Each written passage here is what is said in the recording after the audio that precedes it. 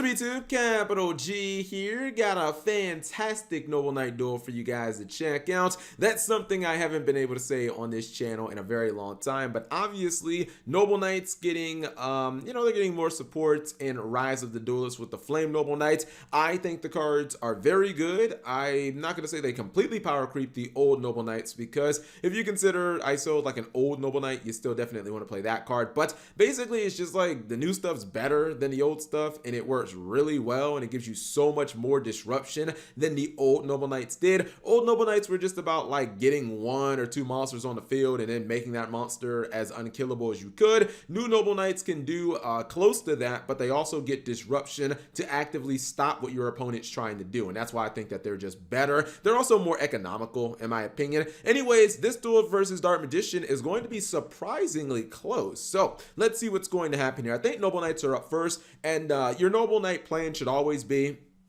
get to ISO'd as quickly as possible, so ASAP. I think that that's a card. No, wait, ASAP is as soon as possible. I'm trolling.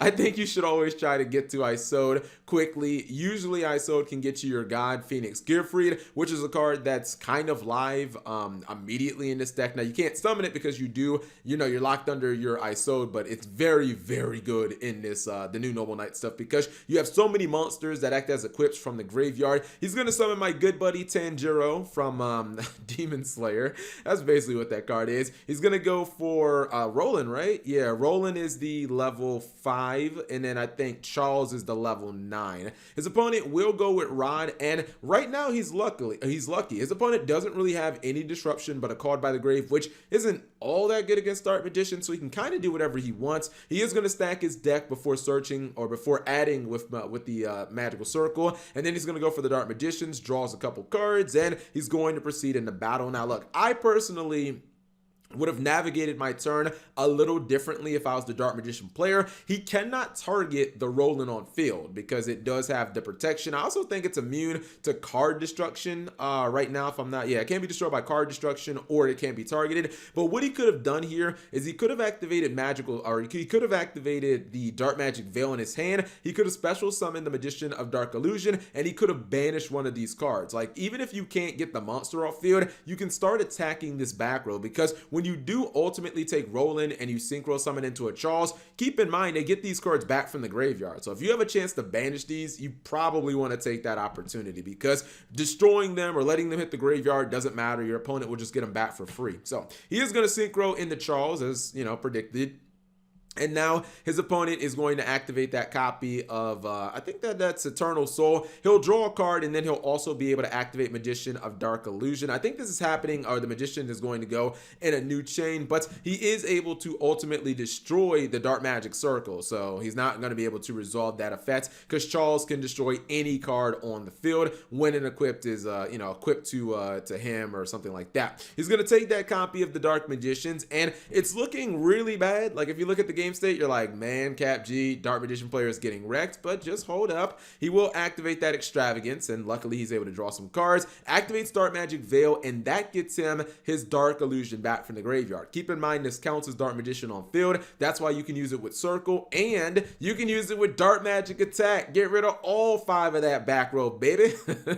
He's able to destroy all of it. However, we know that Roland is a quick effect in the graveyard to equip, so he can just put it right back on Charles. He also can destroy a card on field. Probably going to destroy the Eternal Soul. That's what I would do, because the Eternal Soul nukes their entire field. So actually, both monsters get destroyed. I believe that the Eternal Soul is what destroyed the Dark Magician player's field, and then the Dark Burning Attack is what destroyed the Noble Knight player's field. But he's like, Cap, it ain't even a big thing. I got 2 copies of Eternal Soul anyways. I'm still in control of this game. He's gonna get back his Dark Magician Girl, and then he'll activate Magician's Right Hand. Now, if you guys are looking at the hand and like, oh, Cap, he just top deck Lightning Storm, keep in mind, his first spell card is going to be negated by the Magician's Right Hand. So if he just shotguns this Lightning Storm, it's just going to be negated. So he really can't use Lightning Storm right now. He has to kind of bait it out or play around it or destroy it without using a spell. That's why his first equip card went straight to the graveyard. He couldn't just really use it. Anyways, he's going to continue on going for Roland. Then he will attack. His Roland is destroyed by, I think that was another copy of Dark Burning Attack. This dude loves that card. He is going to Lightning Storm in main phase 2, and that will ultimately take down the Eternal Soul, which takes down the Dark Magician player's entire board. Now he's able to go for the God King, the God Phoenix Gearfried, and this is why this card is so good in new Noble Knights, because the Noble Knight monsters can equip themselves from the graveyard. So even if you can't find an equipped on this card, like you don't have an equipped available, it doesn't matter. Your monsters become equips in the graveyard. So basically it's like you never run out of negation with this guy, because you get to use it every single turn. He's going to find that out the hard way. He uses Rod, negates the Rod, destroys the Rod, and Rod does not resolve. And now he can just activate the Roland again from the graveyard.